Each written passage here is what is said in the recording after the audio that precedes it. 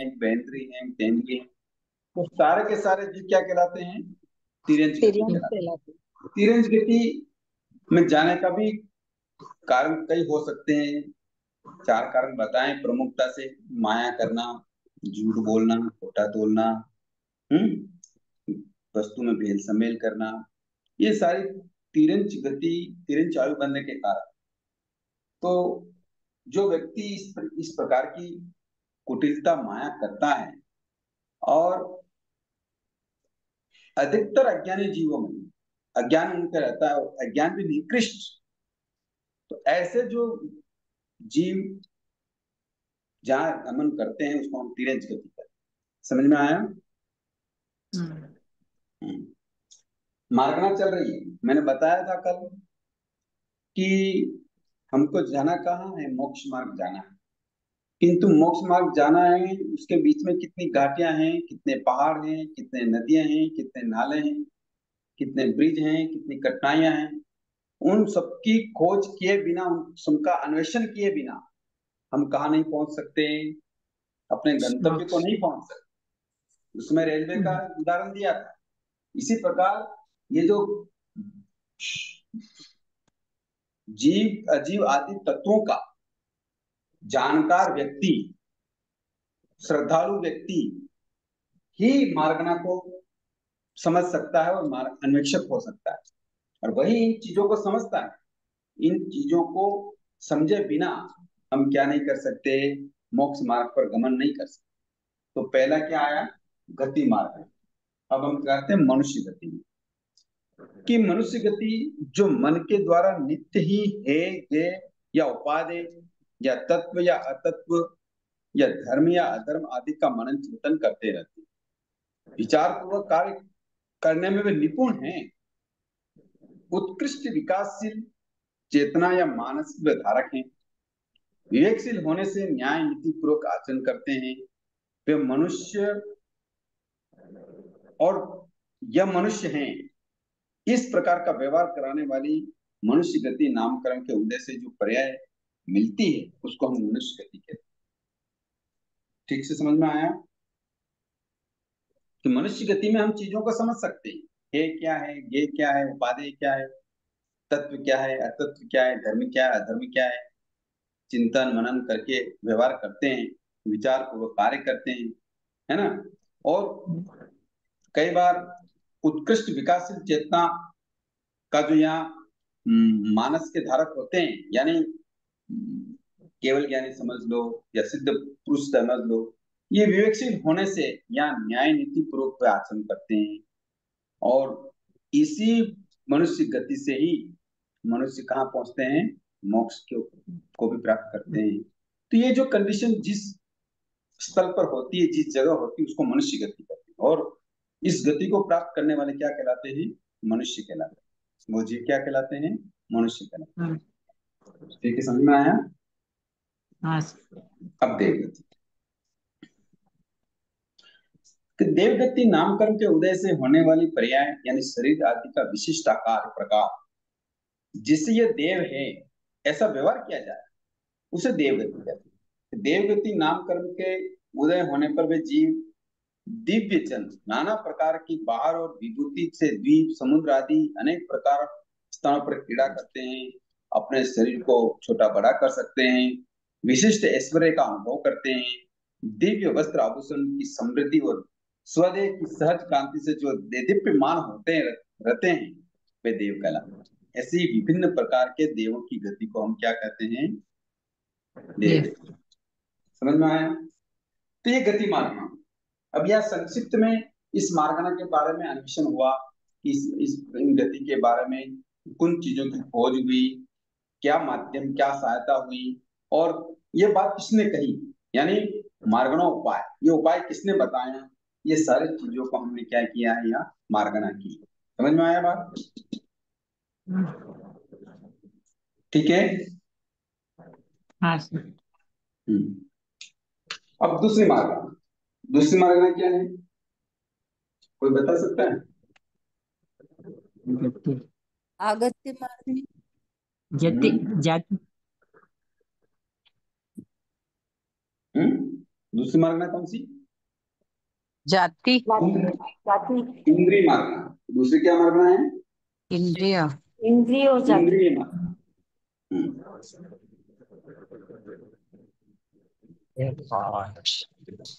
इंद्रिय मार्ग। इंद्रिय मार्गना। अब इंद्रिय किसे कहते हैं, कोई बता सकता है?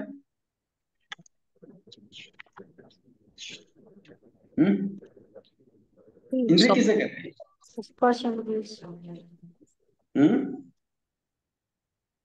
जिनकी सहायता से हम ज्ञान सहायता से बोलिए बोलिए। अब देखो, अब हम मोक्ष में क्यों नहीं गए, ये बताओ, हम मोक्ष में क्यों नहीं गए? हमको ज्ञान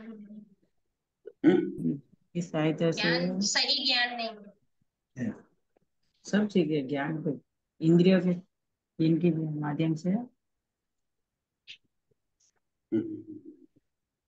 देखो, इसीलिए हम संसार में परिभ्रमण कर रहे हैं। क्यों कर रहे हैं? कि हम मार्गना को समझ नहीं पाए कि मार्गना क्या होती है। मार्गना का मतलब होता है हम खुद अन्वेषक हैं, हम खुद वस्तुओं की खोज करते हैं, और हम क्या माध्यम है, क्या सहायक हो सकता है, और ये बात किसने, ये सुझाया किसने, इसका उपाय किसने बताया? तो ऐसा सोचने वाला कौन है? जिनको तत्वों का ज्ञान खुद हम खुद हैं, हम खुद अन्वेषक करता है, हम खुद मार्गना है। पर हम आध्यात्मिक दृष्टि से देखें तो मोक्ष मार्ग पे चलने के लिए जो मार्गना के अन्वेषण करना या सर्वेक्षण करना या खोज करनी है ना, वो आध्यात्मिक जगत में क्या खोज कर सकते हैं? ये किसकी जानकारी करनी है? गति की, जाति की, इंद्रिय की है। और क्या करेंगे? हाँ, क्या करेंगे? काया है, योग है, वेद है, उपयोग है, ज्ञान है, दर्शन है, इनकी तो हम खोज करेंगे। और इनकी खोज करने में किसकी सहायता होगी? कल बताया मैंने बहुत डिटेल से। किसकी सहायता लेनी पड़ेगी? शरीर अरिहंत प्रभु, उनके गंधर्व। वो तो उपाय बताया उन्होंने, तो कैसे होता है, किस तरीके से करना होता है, ये तो उपाय बताया। शरीर की सहायता लेनी। यानी हम शरीर ज्ञान और उपयोग के द्वारा क्या करेंगे? इसका सहायता करेंगे, उसका माध्यम है गवेषणा का। मार्गना का क्या माध्यम है? ज्ञान और उपयोग। तो हम उपयोग लगाएं कि वास्तव में जो इंद्रियां होती है, वो इंद्रियां कौन सी होती, क्या कहते हैं उन इंद्रियों को?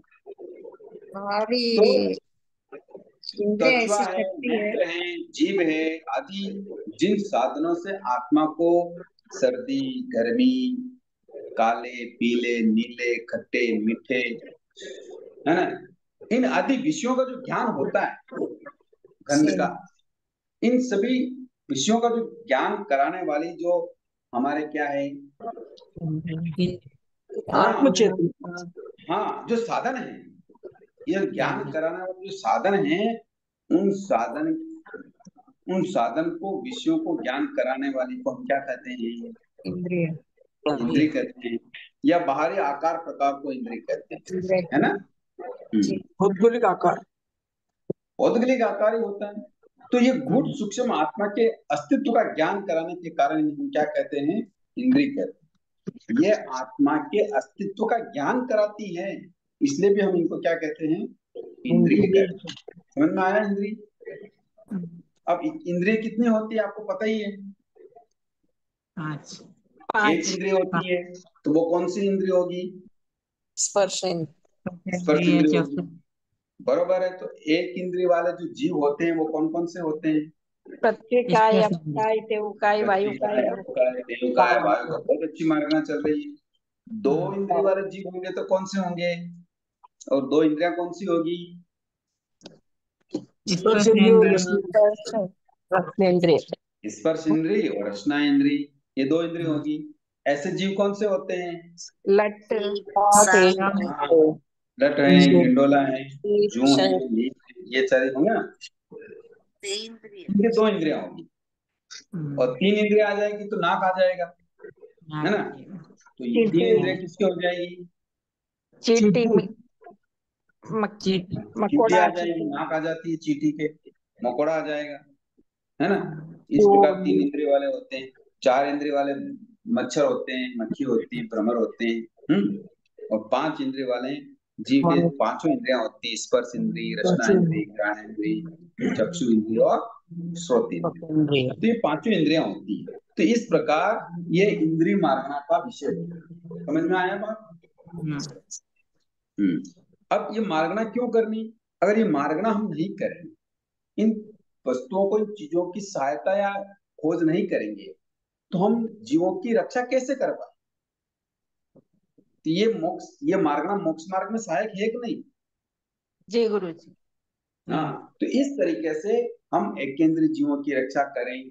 बेंद्री हैं, तेंद्री हैं, चौंद्री हैं, पंचेंद्री हैं, ये कैसे होते हैं, क्या करते हैं, इनको इनके स्वभाव को कैसे समझ सकते हैं। तो ये सारी चीजों को हम चिंतन मनन करना, अन्वेषण करना, गवेषणा करना, मीमांसा करना, ये क्या कहलाती है? मार्गना। मार्गना कहलाती मार्गना। है। समझ में आया? अब काय मार्गना, तीसरा कौन सी मार्गना है? आया काय, काय मार्ग। काय मार्गना किसे कहते हैं? कौन बताएगा? हमारी आवाज तो बंद करो, आवाज तो बंद करो। हमारी आत्मा मतलब जिसमें आशा जी आप मोबाइल बंद करो जरा। हमारी आत्मा जिस उसमें रहती है, शरीर में। शरीर में। हाँ, तो इसको हम यूं समझेंगे कि जिसकी रचना या वृद्धि योग्य हो, जिसकी रचना हो, जिसकी वृद्धि हो, ऐसे औदारिक शरीर या व्यक्ति शरीर जिन पुद्गलों में होती हैं, तथा जिन पुद्गलों के माध्यम से शरीर नाम कर्म का उदय निष्पन्न होता है, उसको हम क्या कहते हैं? काया कहते हैं, है ना। अथवा यूं भी कह सकते हैं कि जाति नाम कर्म के अविनाभावी त्रस और स्थावर नाम कर्म के उदय से होने वाली आत्मा की पर्याय को हम क्या कहते हैं? काया कहते हैं। या यूं कर सकते हैं अपने समझने की दृष्टि से कि औदारिक और वैक्रिक पुद्गलों से होने वाली जो शरीर की रचना है, उसको क्या कहते हैं? काया कहते हैं। ठीक है ना?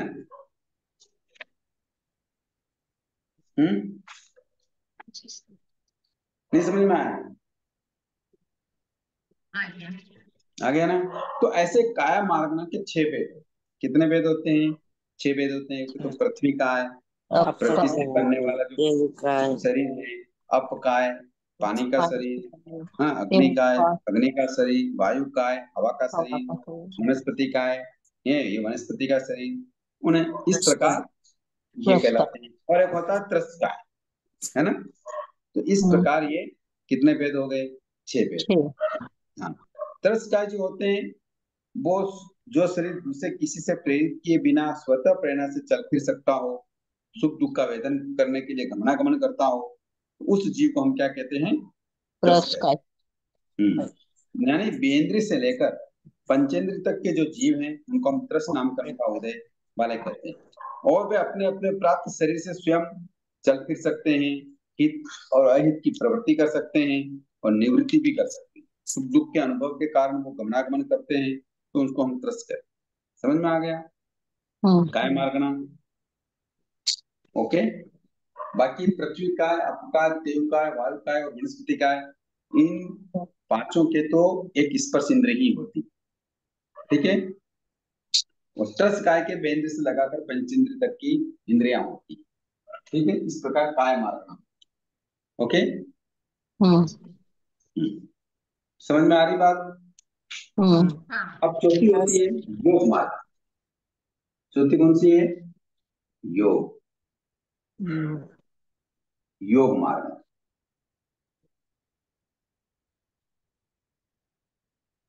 किसे कहते हैं योग? मन वचन काया की हाँ। प्रवृत्ति। मन वचन काया मन की वचन काया की प्रवृत्ति। प्रवृत्ति को हम योग करते हैं। बहुत अच्छी बात है, बहुत बढ़िया। इसको और भी हम समझ सकते हैं कि उस शक्ति विशेष जिससे परिस्पंदन से आत्मा के प्रदेशों में हलन चलन, हम मन से, वचन से, काया से आत्मा के प्रदेशों में क्या कर सकते हैं? हलन चलन। हलन चलन करते हैं। यानी आत्मा की चिंतन की, वचन की, गमन की, भोजन आदि क्रियाएं होती है, वो योग के माध्यम से ही होती है। या यूं कह दें कि शरीर, भाषा या मनोवर्गना के पुद्गलों की सहायता से होने वाले परिस्पंदन को योग कहते हैं। या देसी भाषा में कह दें तो मन वचन काय की प्रवृत्ति को हम क्या कहते हैं? योग योग। योग है। ठीक है, समझ में आ गई बात? अब जी गुरु योग कितने होते हैं? जी। 15। योग 15। मन योग, वचन योग, काया योग। ये तो 3 योग होते हैं, किंतु मन योग भी 4 प्रकार का होता है। कितने प्रकार का होता है? 4 प्रकार। हाँ, हाँ। यानी जीव के उस व्यापार को हम मनोयोग कहते हैं जो औदारिक, वेक्रिय और आरक शरीर द्वारा ग्रहण किए हुए मनोप्रायोग्य वर्गना की सहायता से होता है, अथवा मनोवर्गना से निष्पन्न द्रव्य मन के अवलंबन से जीव को जो संकोच विकोच होता है वो मनोयोग है। समझ में आया? मनोयोग यानी मन के द्वारा जो चिंतन मनन किया जाता है, सोचा जाता है या मीमांसा की जाती है, वो सब मनोयोग, मनोवर्गना के पुद्गलों के माध्यम से की जाती है। समझ में आया? जी गुरु जी।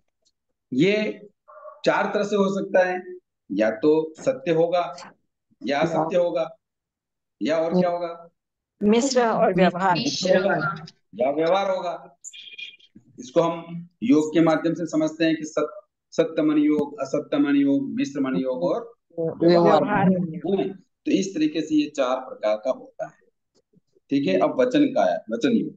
वचन योग कि जीव के उस व्यापार को वचन कहते हैं जो औदारिक, वेक्रिय, आरक शरीर की क्रिया द्वारा संचय किए हुए भाषा द्रव्य की सहायता से होता है। यानी भाषा वर्गना के पुद्गल स्कंदों का अवलंबन लेकर जीव प्रदेशों का संकोच विकोच होता है, वह वचन योग कहलाता है। यानी समझ गए ना? यानी वचन से जो क्रिया की जाती है उसको हम वचन योग कहते हैं। वो भी 4 तरह का होता है, सत्य भाषा, असत्य भाषा, मिश्र भाषा और व्यवहार व्यवहार। भाषा। ठीक है, समझ में आ रही बात? अब होता है काया योग। काया योग शरीरधारी आत्मा की वह शक्ति के व्यापार विशेष को काया योग कहते हैं। यानी जिस शरीरधारी जो जीव है उसके द्वारा जो कार्य किया जाता है, गमनागमन किया जाता है या और कोई भी कार्य किया जाता है, तो उस शक्ति विशेष को हम क्या कहते हैं? काया योग। यद्यपि मनोयोग और वचन योग के अवलंबन भूत मनोद्रव्य या भाषा द्रव्य का ग्रहण किसी प्रकार के कायिक योग से ही होता है। बना काया होगी तो ही वचन होगा, काया होगी तो ही मन होगा।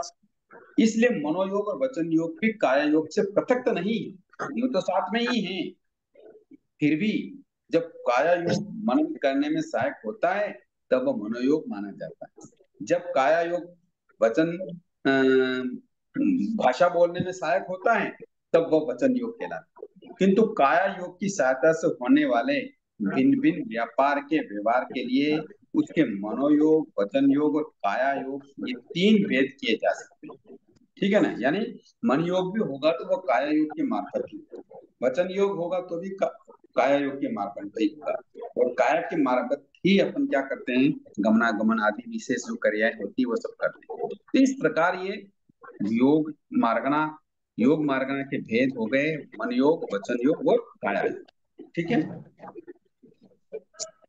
इसका विस्तार करते हैं तो फिर औदारिक शरीर के 2 योग हो जाते हैं, वेक्री शरीर के 2 योग हो जाते हैं, आरक शरीर के 2 योग हो जाते हैं, और कारण काया का 1 योग हो जाता है। इस प्रकार 7 योग काया के हो जाते हैं और 4 योग मनोयोग, वचन योग के हो जाते हैं। इस प्रकार योग मार्गना के कितने भेद हो जाते हैं? 15। ठीक है, समझ में आ रही बात? हाँ सर। अब 5वां योग कौन सा है? ये 5वां योग क्या 5वीं मार्ग कौन सी है? वेद। वेद मार्ग। पांचवी मार्गना कौन सी है? वेद। वेद। वेद वेद। मार्ग। हाँ, वेद मार्गना। वेद का क्या मतलब हुआ? ग्रंथ, शास्त्र, आगम। स्त्री वेद, पुरुष वेद, नपुंसक वेद। यानी जिससे इंद्रिय जन संयोग सुख का वेदन किया जाता है, अथवा वेद मोहनी कर्म के उदय से इंद्रिय रमन करने में या संभोग जन्य सुख की अभिलाषा करने में अगर मन होता है या उसकी मन अभिलाषा होती है तो उसको हम वेद कहते हैं। ठीक है, समझ में आ गया? वेद का मतलब होता है कि स्त्री वेद, पुरुष वेद, नपुंसक वेद। यानी स्त्री के संसर्ग की अभिलाषा होती है तो वो पुरुष वेद कहलाता है, और पुरुष के संसर्ग की अभिलाषा होती तो स्त्री वेद कहलाता है, और स्त्री और पुरुष दोनों से संसर्ग की अभिलाषा हो तो वो नपुंसक वेद कहलाता है। वेद के भी दो प्रकार, द्रव्य वेद और भाव वेद। यानी लक्षण जो हैं वो भाव वेद के हैं। तो द्रव्य वेद का निर्णय बाहर चिन्हों से किया जाता है। पुरुष के चिन्ह अलग होते हैं, स्त्री के चिन्ह अलग होते हैं, नपुंसक के चिन्ह अलग होते हैं। तो द्रव्य वेद से तो बाहर के चिन्हों से उसका क्या होता है, निर्णय होता है। किंतु पुरुष के चिन्ह दाढ़ी मूछ आदि, स्त्री के चिन्ह दाढ़ी मूछ आदि का अभाव है, और नपुंसक के स्त्री पुरुष दोनों के चिन्ह होते हैं। ये द्रव्य वेद का निर्माण शरीर अंगोपांग नाम कर्म के जन्य होता है, जबकि भाव वेद यानी मोहनी कर्म के वेद जो हैं, वेद 9 कषाय मोहनी कर्मजन्य होता है। यानी द्रव्य वेद और भाव वेद में प्राय समानता तो होती है, लेकिन कहीं कहीं विषमता भी पाई जाती है। अर्थात बाहर शरीर आकृति या चिन्ह पुरुष के होते हुए भी अगर भाव स्त्री या नपुंसक जैसे होते हैं तो वो भाव स्त्री और भाव नपुंसक कहलाता है। प्रज्ञापना सूत्र की भाषा की टीका में इसी प्रकार से द्रव्य और भाव वेद पर की व्याख्या बताई गई। समझ में आई बातें? यानी द्रव्य तो चिन्ह से हो गया कि पुरुष के चिन्ह क्या है, स्त्री के चिन्ह क्या है, या नपुंसक के चिन्ह क्या है, ये तो द्रव्य वेद हो गया। किंतु भाव वेद में क्या है कि बाहर की आकृति को इतना महत्व नहीं दिया गया, मगर भाव से कोई पुरुष भी स्त्री की तरह व्यवहार करता है या कोई स्त्री पुरुष की तरह व्यवहार करती है तो वो भी क्या हो सकता है, भाव वेद कहलाता है। स्त्री होते हुए भी पुरुष वेद का उसको क्या माना जा सकता है, उदय माना जा सकता है। समझ में आया बात? वेद मार्ग के बारे में समझ में आ गई? जी। अब चलते हैं कषाय मार्ग। छठा क्या है? कषाय।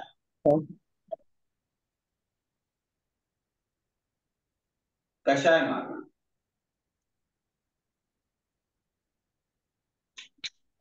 कषाय मार्ग किसे कहते हैं? कषाय क्रोध मान माया लोभ चार होता है। क्रोध मान माया लोभ को कषाय कहते हैं। ठीक है, किसी पर राग या किसी पर द्वेष करना इत्यादि मानसिक विकार जो संसार वृद्धि के कारण है तथा जो काश्याय मोहनी कर्म के उदय जन्य हैं उन्हें हम कषाय कहते हैं। अथवा यूं कह दें कि जो आत्म गुणों को कसे यानी नष्ट करे, और कश यानी संसार की वृद्धि करे, जिससे संसार रूपी विस्तृत सीमा वाले कर्म रूपी क्षेत्र का कर्षण किया जाए अथवा अवलंबन लिया जाए, सम्यक तथा देश सकल यथा का चैत्र का जिसको घात कर दे वह क्या कहलाती है? कषाय कहलाती है। समझ में आ गई बात? अच्छी तरह से समझ रहे, कुछ छोटी छोटी बातें पहले भी कई बार समझी हुई है। समझ में आया? यानी कहने का मतलब यह है कि क्रोध, मान और माया और लोभ काशायिक शक्ति के तीव्र मंद आदि भावों की अपेक्षा से कषाय चतुष्ट के अनंतानुबंधी, अप्रत्ययनावर्णी, प्रत्ययनावर्णी या संजबलन, ये प्रत्येक के 4-4 प्रकार बताए गए हैं। इसलिए इन कषायों के माध्यम से अगर कोई जीव क्रोध करता है, मान करता है, या माया करता है, या लोभ करता है ना, तो इस प्रकार की प्रवृत्ति जो करता है उसे हम कषाय कहते हैं। समझ में आ गया? क्रोध का मतलब हुआ, क्रोध का क्या मतलब हुआ कि सकारण या अकारण, सजीव या निर्जीव पदार्थों के प्रति असहिष्णुता के कारण क्षोभ हो जाना, रोष हो जाना, प्रकोष हो जाना, आवेश आ जाना, क्रूरता या क्रूर परिणाम उत्पन्न करना, ये क्या है? क्रोध है। ठीक है, मान जाति का, कुल का, बल का, श्रुत का, तप का, लाभ का, ऐश्वर्य का, आदि चीजों का हम क्या करें, अहंकार करें, मत करें, तो ये मान कषाय कहलाता। इसी प्रकार माया, आत्मा अगर कुटिल, वक्र या छल कपट, ठगी या धूर्तता करती है तो उसको हम माया कहते हैं। दूसरों को ठगने, धोखा देने, चकमा देने के लिए जो कुटिलता, छल, प्रपंच, प्रवंचना आदि वगैरह होती है, ऐसे हृदयों के भावों को छिपाने की चेष्टा होती है। अपने हृदय के भावों को छिपाने की जब चेष्टा होती है तो वो क्या कहलाती है, माया कहलाती है। धन, अभिष्ट पदार्थ, पद, प्रतिष्ठा आदि प्राप्त करने की, संचित करने की, वृद्धि करने की, ममत्व मूर्छा पूर्वक कटने की आकांक्षा, इच्छा, वृद्धि, आसक्ति, लालसा, तृष्णा, वासना, ये सब लोभ के कारण है, ये लोभ कहते हैं। समझ में आ गया? तो इस प्रकार ये कषाय मार्गना, ये संसार वृद्धि का कारण। समझ में आ गया? बात समझ में आ रही है? सातवीं है ज्ञान मार्ग।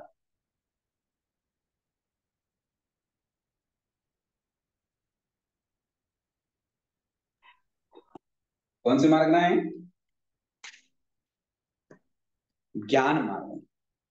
ज्ञान मार्गना का क्या मतलब हुआ? किसे कहते हैं ज्ञान?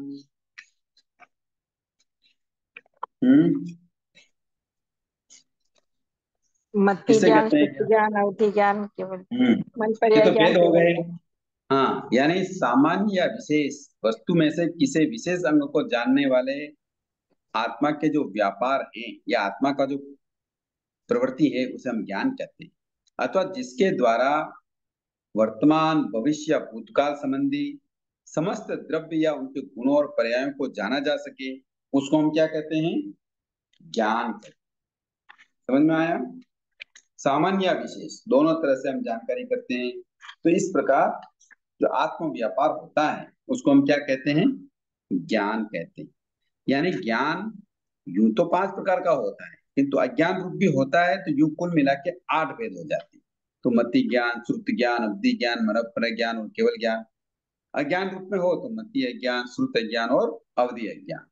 यानी ज्ञान के साथ 3 अज्ञानों को इसलिए ग्रहण किया गया है कि ये भी ज्ञान की एक विशेष पर्याय है।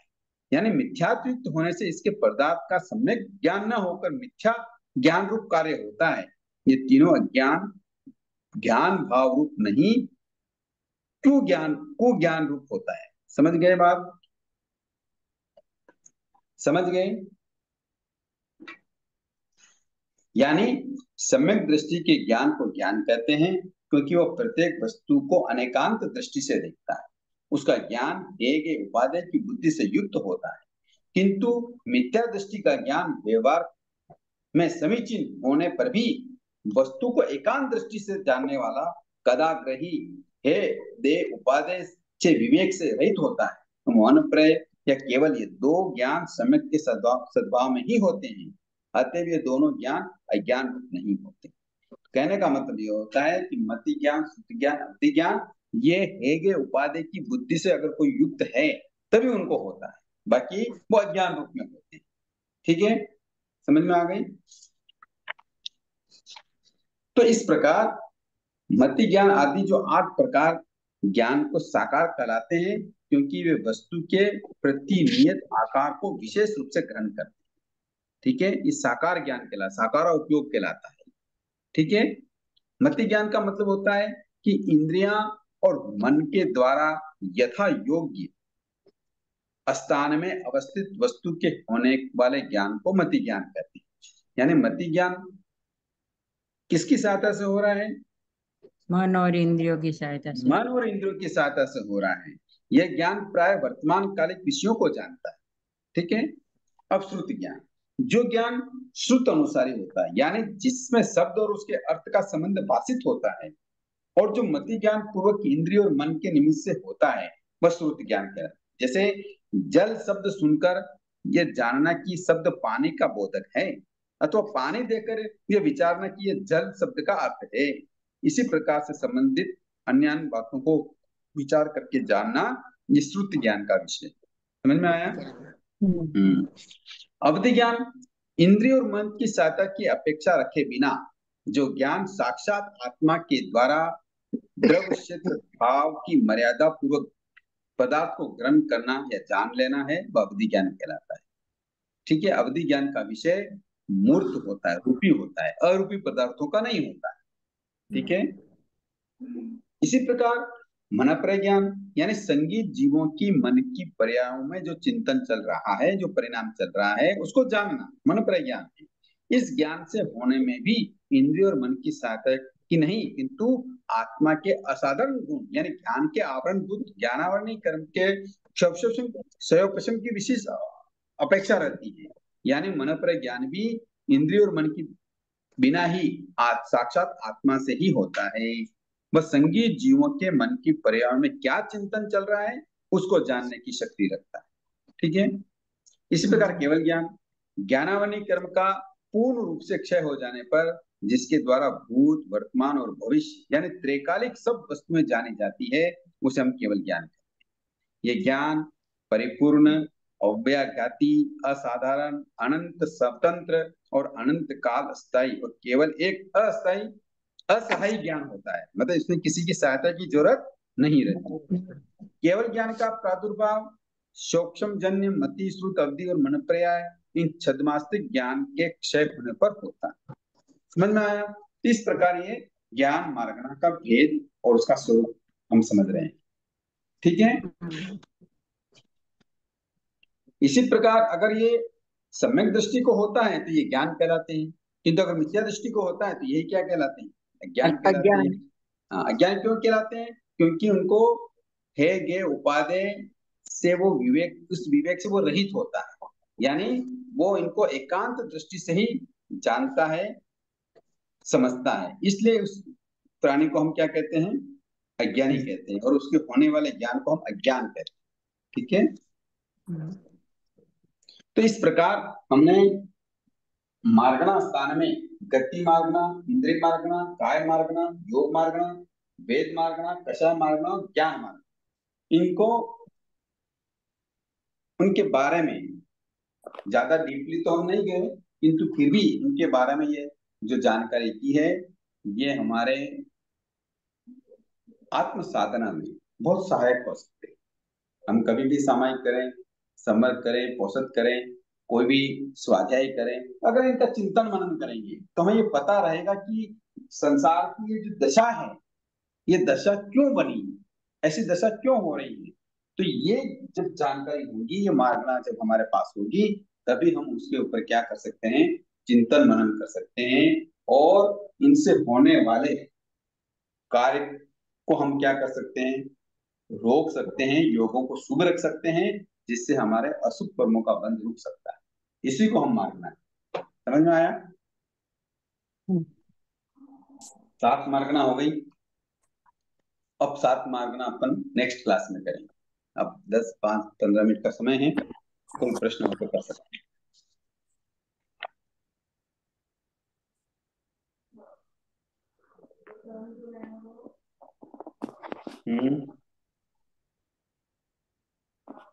कोई प्रश्न तो करिए।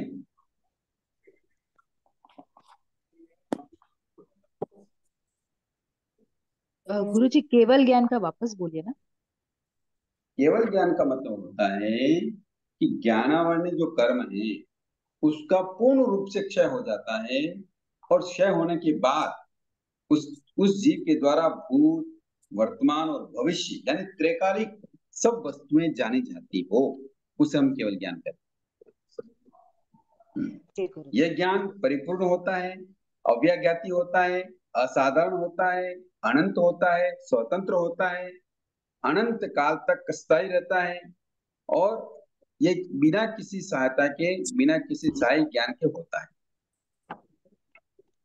ठीक है। अच्छा। तो ये 7वीं मार्गना क्या बोले थे आप? 7वीं मार्गना है ज्ञान मार्गना। ज्ञान मार्गना। ज्ञान मार्गना।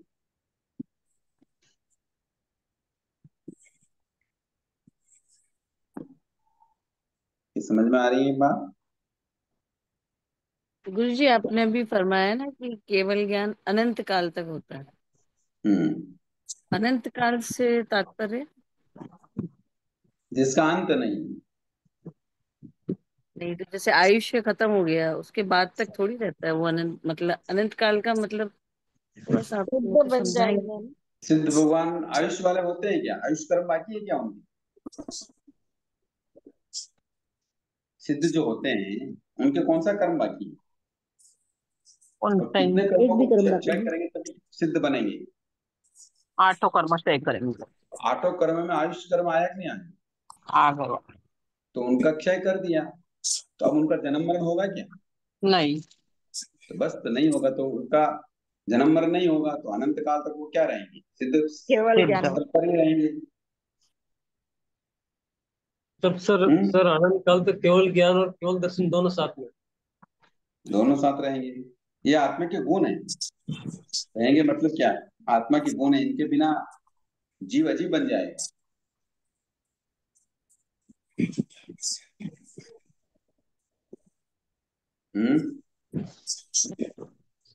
समझ सर में आया? गुणोत्तम से रिलेटेड एक आ प्रश्न है। गए।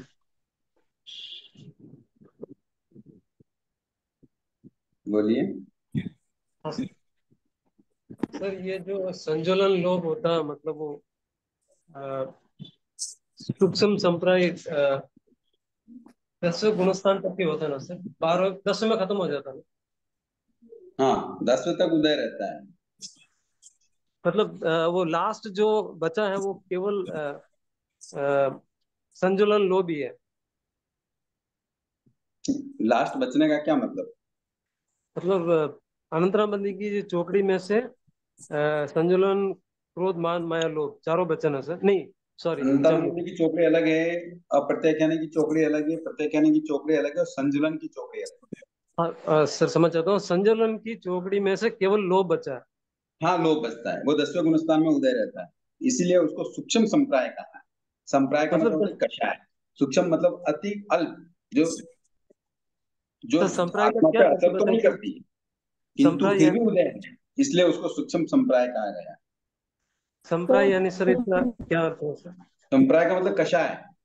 ओके। तो 10वें में मतलब 27 खत्म हो जाता और 28वां केवल संजुलन लोभ ही बचा, ऐसा ना सर? हाँ जी। ओके। खत्म या खत्म नहीं होता है। छह। अगर सत्ता में है तो वो उपशम श्रेणी वाला होगा जीव, और सत्ता से नष्ट कर रहा है तो वो सपक श्रेणी वाला होगा। नहीं, सपक श्रेणी वाले की बात कर रहा हूँ। सपक श्रेणी में हाँ, तो वो नष्ट 28, करता हुआ ही आगे बढ़ेगा। मतलब सूक्ष्म संप्राय 10वें गुणस्थान में मात्र संजुलन ही बचा है, वो भी लोभ बचा हाँ है जी। केवल। हाँ जी। सर इसका ये खाली कैसे बच्चा रहता है? कोई उदाहरण के लिए सर बता सकते हैं, या फिर संजुलन लोभ लोभ की की वजह प्रवृत्ति से गहरी नीचे? होती है। आगम कारणों ने लोभ को सभी पापों का बाप कहा है। हाँ बात तो सही है सर। हाँ, इसलिए ये प्रवृत्ति अंतिम समय में ही क्षय होती है। तो, तो सर मात्र इसकी वजह से भी नीचे गिर सकते हैं, केवल संजुलन लोभ? नहीं, अगर वो सपक श्रेणी कर रहा है तो नहीं गिरेगा, ओके। उपशम श्रेणी हाँ, करेगा तो गिरेगा। सपक श्रेणी वाले तो पूरा वो शेयर करके ही छोड़ेंगे। हाँ, तो फिर उनके गिरने का कोई कारण नहीं। Okay okay. और ये प्रॉब्लम होती है उपसम श्रेणी वालों को? हाँ जी।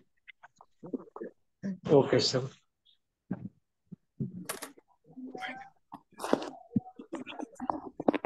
तो सर ऐसा समझ सकते हैं दसों गुणस्थान सूक्ष्म संप्राय केवल संजुलन लोभ के लिए ही चल रहा है? हाँ, नहीं, और भी प्रकृति है, ज्ञानावर्ण की, दर्शनावर्ण की, वेदन की, ये सारी प्रकृति तो है ही है। केवल मोहनी कर्म की प्रकृतियों में केवल लोभ का ही उदय चल रहता है। अच्छा, ज्ञानावणी दसवाणी के साथ में चल रही है वहां सभी पे? कर्म ओके। कर्म प्रकृतियां तो उदय है। वो तो 12 गुणस्थान में जाके क्षय होगी। हाँ ओके राइट। हम्म। बराबर। मतलब मात्र मौनीय में लोभ। इसीलिए गुणस्थानों के जो आरोहण का क्रम है, या हम्म। आत्मा के विकास का जो क्रम है, वो मोहनी कर्म पे डिपेंड है। पहले बराबर। गुणस्थान से लगाकर हम 11वें या 13वें गुणस्थान में आते हैं, तो हम्म। यहाँ केवल मोहनी कर्म की प्रकृतियों का उपशम या क्षय करेंगे तभी आगे बढ़ेंगे। अन्यथा ज्ञान कितना भी हो और दूसरी चीजें कैसे भी हो, किंतु हम्म। मोहनी कर्म की प्रकृतियों का उपशम या क्षय नहीं किया तो आप आगे नहीं बढ़ सकते। मतलब जब तक मोह नहीं छूटता तब तक बाकी हाँ, काम नहीं बनेगा। बिल्कुल नहीं बनेगा। समझ गया सर। हम्म। गुरुजी मैं कल आपको पूछा था ओली का, तो मेरे को महाराज साहब ने ऐसे ही पूछा कि फिर समश्री तो शाश्वत है ना, गुरु जी को पूछना है। क्या इंदुमती जी बोले? महाराज जी, समश्री तो शाश्वत है ना, महाराज किसने साहब ने पूछा? महाराज साहब ने आज मेरे को पूछा। मैं बोला ओली जी शाश्वत नहीं है, हमारे गुरु जी ने बोला, ऐसा उनको बोला। हम्म तो बोले, उन्होंने हम्म बोला कि गुरु जी को पूछना समश्री तो शाश्वत बोली जाती है ना, क्योंकि 6 आरे कौन से पूरे। महासती जी को पूछा? कौन से महासती जी को पूछा? इनको इंदुमती जी महाराज साहब रूप मुनि की चलिया है, मिश्र मुनि रूप हाँ मुनि, हाँ, मारवाड़ी तो की है। समश्री का जो पैटर्न है वो शाश्वत है। शाश्वत है ना, हम्म उन्होंने वही बोला कि शाश्वत है, तू भी पूछ लेना आप, मैंने पूछ शाश्वत लिया। का मतलब, शाश्वत का क्या मतलब? अब यहाँ शाश्वत की चर्चा क्यों हो रही है? मुझे ये बात समझ में नहीं आया थोड़ा। शाश्वत का मतलब क्या होता है कि ओली साल का में एक बार समश्री का पर्व मनाना, ऐसा? नहीं, ओली का विषय निकला ना, तो उन्होंने क्या बोला, फिर छठा आरा पूरा होता तो सब धर्म ध्यान तो करते हैं ना, तो फिर संवत्सरी तो शाश्वती होगी ना, ऐसा उन्होंने पूछा। तो छठे आरे में कौन सा धर्म ज्ञान होगा? छठा आरा पूरा होने के बाद सब तो बाहर छठे आरा आते हैं पूरा हो तो जाएगा तो फिर पहला आरा आएगा तो उसमें भी धर्म ज्ञान नहीं है, फिर दूसरा आरा आएगा उसमें भी धर्म ज्ञान नहीं है। संयम ही नहीं तो क्या धर्म ज्ञान करेंगे? फिर तीसरा आरा आएगा तब जाके पहले तीर्थंकर का जन्म होगा, फिर वो मुनि बनेंगे, उपदेश देंगे, केवल ज्ञानी होंगे, तब जाके धर्म की आराधना होगी। ये भरत क्षेत्र की अपेक्षा से। बाकी महाविद्य क्षेत्र में तो हर समय समस्या वगैरह ये सब पर्व होते ही हैं। अच्छा, हम्म। तो फिर संवत्सरी को शाश्वती मानते हैं ना। हाँ, इस अपेक्षा से, महाविद्य क्षेत्र की अपेक्षा से, अच्छा अच्छा भरत क्षेत्र की अपेक्षा से नहीं। अच्छा। हम्म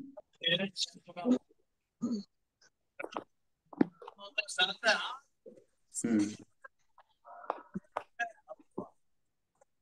सर वहाँ की क्या भाषा होगी सर, जो लोग वहाँ पे महाविद्य क्षेत्र में, विदेश क्षेत्र में जो लोग भाषा प्रयोग में लेते हैं, वो कौन सी कैसी भाषा होगी सर? चेन्नई में कौन सी भाषा बोलते हैं? तमिल है सर, हम्म तमिल भी है यहाँ बस पे। तो, यहाँ अपने भरत क्षेत्र में तो हर 12 कोस में भाषा बदल जाती है, हम्म। तो वहां भी कोई ना कोई भाषा होगी। ओके सर, तो फिर ये जो इंग्लिश एक भाषा है, ये भी एक डाउट था कि ये भी क्या हर काल में रहती है इंग्लिश भाषा? जब भगवान थे तब ठीक है। अनार्य भाषा है, ये हर काल में नहीं रहती। आर्य भाषा ही हर काल में रहती है। ओके। वो होती है अर्धमागधी।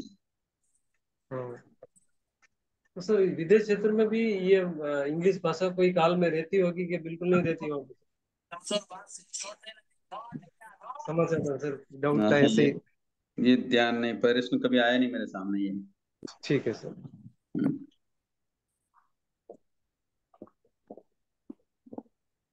हम्म। और बोलिए।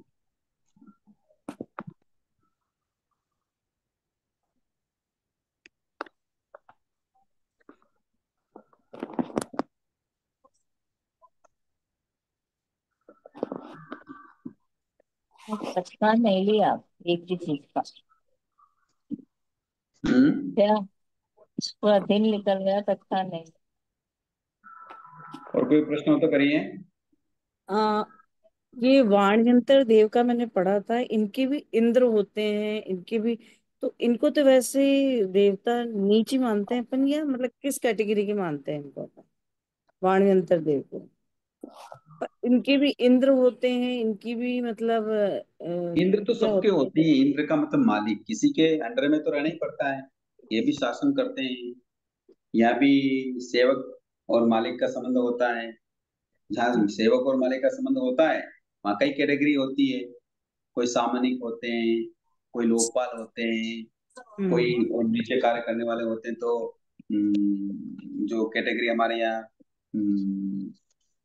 सफाई करने वालों की होती है, वैसी कैटेगरी हम्म भी वहाँ होती है। कई तरह के हम्म लोग होते हैं, कैटेगरी होती है। तो जो वान मंत्र जो देव होते हैं वो कौतूहल प्रिय होते हैं। या हमारे हम्म यहाँ उनको कहते हैं कि भांड भांड कह दें या और क्या कहते हैं, वो बहु रुपये बना के आते हैं हम्म जो लोगों का मनोरंजन करते हैं। तो ऐसे वो हम्म मनोरंजन प्रिय होते हैं।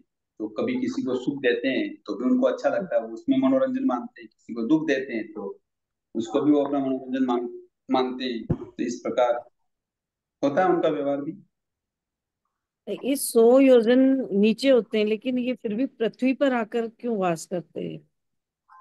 वैसे तो पृथ्वी ये से तो है ना, कुतूहल प्रिय होते हैं ये इनको वहीं रहना पसंद होता है। जैसे कोई खंडर हो, कोई बड़े वृक्ष हम्म हो, हम्म उनके कोई बड़े वृक्ष में भी कोई क्या होते, तने में जो खड्डे हो जाते हैं ना, हम्म या घने घने पेड़ पौधे होते हैं, या खंडर होते हैं, या पुराने मकान होते हैं जहाँ कोई नहीं रहता है, ऐसे स्थलों पर रहने में इनको स्वभाव है इनका, ऐसे स्थलों पर रहने का। सर ये जो बोलते हैं ना सर, भूत प्रेत हवा लगती है, तो ये कैटेगरी वाली है ना सर, ये वाणविंतर हाँ, देव? ये वही है मानव सवाल। तो ये मतलब कोई पूर्व का द्वेष होने की वजह से ऐसा करते हैं सर? देश भी हो सकता है, कौतूहल प्रिय होते हैं तो किसी प्राणी के अगर कर्म उदय में आ रहे हैं तो उनके साथ भी वो कर सकते हैं। और कुछ अच्छा भी करते हैं, कुछ राग हो, तो ऐसा भी है ना सर? हाँ, तो अगर पुण्य कर्म का उदय आ रहा है तो देवता उसका सहायता भी कर देते, पाप कर्म का उदय है तो फिर उसका नुकसान भी कर देते। सर इसमें वो होगा वाणविंतर। होगा वही जो उस जीव ने किया हुआ है, हम्म। बाकी ये भी कुछ नहीं कर सकते। जी। मतलब वो तो खाली निमित्त मात्र है। बस वो तो निमित्त, उनका खुद का मनोरंजन करने का समय आ गया और इधर जीव के कर्मों का उदय आ गया, बस। हाँ, इन दोनों का एक संयोग हो गया। हाँ, निमित्त जय। मात्र, बस, बाकी। ये हम्म। वाणवैन देव का जो बात चल रहा है, तो मेरे को ये मतलब जैसे मध्य लोक में रहते हैं, तो ये बताएंगे थोड़ा सा किस जगह पे है मध्य लोक में? मध्य लोक में तो रहते हैं, अपन कहाँ रहते हैं? नहीं, मध्य लोक में ही है, लेकिन ये क्या मतलब बोलते हैं ना कि नरक पृथ्वी के ऊपर और मध्य लोक के नीचे, मतलब वो वहां पे अगर अधोलोक। मध्य लोक तो छोटा छोटा थोड़ी है, मध्य लोक तो बहुत लंबा चौड़ा है, एक रजु प्रमाण है। नहीं, क्या बोलो? मतलब वाणवैन देवताओं का निवास स्थान खाली बता दीजिए मेरे को, सौ कहाँ पे जैसे। योजन निवास स्थान बताया ना अभी, में से कोई पर्वत है, गुफाएं हैं, बड़े वृक्ष हैं, खंडर हैं, सुनसान इलाके हैं, यहाँ वे रहते हैं। गुरुदेव, मैंने अभी पढ़ा आज कि ये रहते तो 100 योजन नीचे हैं, लेकिन ये आके यहाँ पे वास कर लेते हैं। और 10 हाँ, इनके जो महल वगैरह जो है वो तो नीचे हैं इनके सबके। हाँ, वो तो ठीक है, ये भ्रमणशील हाँ। होते हैं, इसलिए तो कॉलेज कुतूहली होते हैं, मजाकिये होते हैं, दूसरों को सुख दुख देने देने में इनको आनंद आता है, इसलिए हम्म यह खंडों वगैरह में रहने लग जाते बाकी वास नीचे है इनका, 100 हैं। योजन हाँ, नीचे। वो वही रहते हैं, वो ठीक है, सही बताया। वही पूछना है एक्चुअली कि वो प्रॉपर जैसे नहीं ध्यान में है, मेरे को आ रहा है एक्चुअली, तो किस कैसे समझे उसको? सर ये जो पूछ रहे, ऐसा लगता है सर जैसे कोई होटल है, 5 स्टार होटल है, या कोई भी ऐसी जगह है जिन्होंने वहां पे आत्महत्या कर ली है, तो वो वाणियंत्र कैटेगरी में जाएंगे ना सर, बराबर ना? जरूरी नहीं, कर्म नारकी में कर्म। भी जा सकते हाँ, ओके। अगर जाते हैं तो उसी जगह पे वो मतलब आत्मा घूमती रहेगी उनकी ना? हैं। ऐसे जरूरी नहीं, आत्मा तो किसी न किसी शरीर को धारण करेगी, घूमती रहेगी, ऐसा क्या हुआ? मतलब ऐसा आत्मा तो नहीं। मतलब, हाँ, समझ सकता, आत्मा मतलब वही वाणियंत्र देव की कैटेगरी में रहता है, तो वो उसी जगह पे वो वो निवास तो कर सकता है ना? आत्महत्या नहीं करेंगे तो भी घूमा गया, वो तो देवता तो, बानवंतर देवता तो भ्रमणशील ही होते हैं। हम्म। मतलब मेरे कहने का तात्पर्य ये हुआ सर कि जैसे मध्य लोक की बात चल रही, तो मध्य लोक में कहीं पे भी जैसे कोई, जहाँ पर्टिकुलर जगह पे उन्होंने सुसाइड की है, अगर वो वाणियंत्र कैटेगरी में चले गए, वैसा तो फिर वो उसी वैसा जगह पे जरूरी नहीं, मतलब। यही समझा रहा हूँ सूरज जी में कि अपन उस आत्महत्या को उस उन देवों के भ्रमण का कारण न माने। ओके। वो तो बिना आत्महत्या करने वाले जीव भी अगर मर के बाणवंतर बनेंगे तो वो भी भ्रमणशील ही रहेंगे। अच्छा। हम्म। तो अब ये अलग वाणियंत्र। विषय है, ये विषय अलग हो वाणियंत्र। गया। जैसे मान लो हम्म। कभी किसी व्यक्ति ने बहुत आसक्ति रखी, गहरी आसक्ति है, किसी मकान में आसक्ति रह गई, या मकान में गड़े हुए धन में आसक्ति रह गई, या और किसी फील्ड में या खेत पे या वृक्षों पे आसक्ति रह गई, बगीचे में आसक्ति रह गई, वो हम्म। वहां रहना ज्यादा पसंद करते हैं। ओके। और कई बार खुद का होता है पुराना पूर्व जन्म का, तो वहां भी रह सकते बराबर से। हैं। मतलब इस योनि में, इस वाणियंत्र कैटेगरी में जाने के लिए कुछ ऐसे इस तरह के मतलब उनके व्यवहार होते, इसलिए वो चले जाते वानवंतर में जाने के भी कई कारण हैं, या मान हैं। लो कोई बिरादर हैं, ओके, आराधक बराबर। नहीं बना, विराधक बन गया, तो ऐसे वो भी वान मंत्र में भी जा सकता हम्म, समझ में आ है। गया सर। ये असुर कुमार नागकुमार इनके चिन्ह है ना, ये नाम के साथ इनके चिन्ह जो हैं, ये चिन्ह ही है ये चीज। असुर कुमार, नाग कुमार तो ये इंद्र है, तो इनके अंतर्गत रहने वाले वान मंत्र वगैरह जो देव है वो अलग हम्म। है। अच्छा गुरु जी, एक प्रश्न और है कि ये जैसे अपने यहाँ बोलते हैं दो चांद है दो सूरज है, ये अपना मतलब इसका क्या प्रूव करे? जैसे अभी आज की जनरेशन बोलती है कौन से दो चांद और दो सूरज, उस चीज को अपन प्रूव करने के लिए कैसे बताएं इनको कि भाई कैसे है दो चांद दो सूरज? आपके दादाजी है कि नहीं है? क्या है? आपके दादाजी हैं क्या? अभी नहीं है गुरुदेव, गए वो तो थे काफी क्या? टाइम। थे क्या? हाँ थे। ये प्रूफ के कैसे माने हम आप? ये सबसे हमने समझाया, बट बोलते हम्म, हैं कि कैसे होता है दो सूरज, कैसे हो सकता है? मैं यही तो कह रहा हूँ ना, कैसे होता है ये भी बता दूंगा मैं। विषय अब आएगा तो मेरे पास एक बड़ी 2-3 अच्छी पुस्तकें आई हैं। पर वो उनके नहीं मानने से क्या होता है? पर जब उनके बच्चों को ला रहे हैं ना, नहीं मानने से तो कोई चीज नहीं होती। मान लो कोई नहीं व्यक्ति, लेकिन अपन अपने आप को प्रूव करने के लिए कैसे समझाए अरे ये मतलब। ऐसे व्यक्ति से प्रूव करना ही नहीं, मेरी बात सुनो।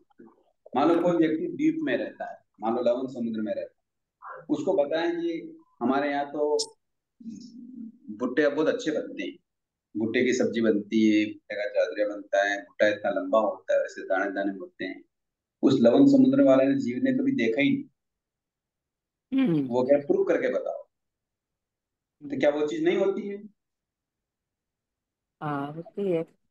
फिर अब उसको समझाना जरूरी है क्या? इंटरेस्ट ले रहा है इसलिए मैंने कहा अपन हाँ कैसे ठीक है, बता। नहीं इंटरेस्ट ले रहा तो हमारे यहाँ जो बातें होती है वो पहले श्रद्धा से होती है। हम्म। हमारे यहाँ बातें कैसे होती है, अभी कल मार्गना के लिए क्या बताया? हम्म। कौन जीव मार्गना करेगा? कौन सम्यक कौन दृष्टि। बताएगा कौन जीव मार्गना करता है? जो मोक्ष मार्ग के और जाएगा वो। जिनका श्रद्धा सम्यक होती है सम्यक दृष्टि जी भी करेंगे। किस पे श्रद्धा होती है? तत्वों पे। हाँ, जीव अजीव आदि तत्वों पे जो श्रद्धा रखता है, उनके उनके हे के उपाधि के स्वरूप को समझता है, वही व्यक्ति मार्गना करता है। अब उसमें, अब ऐसा तो कुछ जानकार है क्या रेखा जी? नहीं अभी इतना इतना डीप में नहीं गया गुरुदेव। जानकार नहीं है तो वो कैसे मार्गना करे? यानी पहले श्रद्धा होगी तत्वों पर, तभी आगे मार्गनाएं चलती है। बाकी संसार में तो कई प्रश्न उत्तर चलते हैं। हम्म, सही है। हम्म,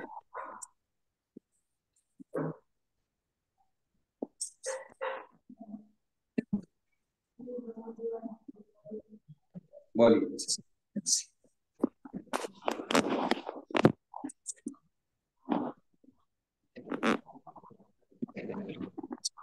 और कोई प्रश्न नहीं है? जय जिनेन्द्र गुरु जी। मेरा जैसे एक सिंपल क्वेश्चन है कि जैसे कभी भी हम कोई गलत कार्य करते हैं तो मन में मतलब मन में क्यों मना क्यों नहीं होता है, जैसे कि नहीं करना, वो हो जाता है फिर बाद में हमें फील होता है। आसक्ति की वजह से, आसक्ति की वजह से क्या हो जाता है, गलत कार्य हो जाता जी। है। आसक्ति के स्वरूप को समझेंगे तो गलत कार्य नहीं होगा।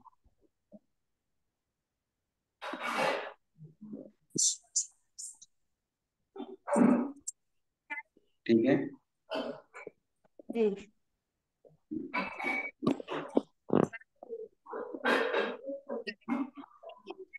गुरु जी, जो व्यानंतर देव अपने मनोरंजन के लिए सुख दुख देते हैं ना, तो उनके भी कर्म बनते हैं क्या गुरु जी? बिल्कुल बनते हैं। तो वो फिर उनको क्षय कैसे करते हैं गुरु जी? जब उनके भी अवसर आएगा तो क्षय करेंगे। जब वहां से निकलेंगे, मान लो तिरंज या मनुष्य में जन्म लेंगे, उनको समझ में आएगा, कदाचित जिनवानी श्रवण कर लेगा, फिर उनको समझ में आएगा तो भी क्या करेगा, क्रम पूंजा करेगा। अच्छा अच्छा, ठीक है गुरु।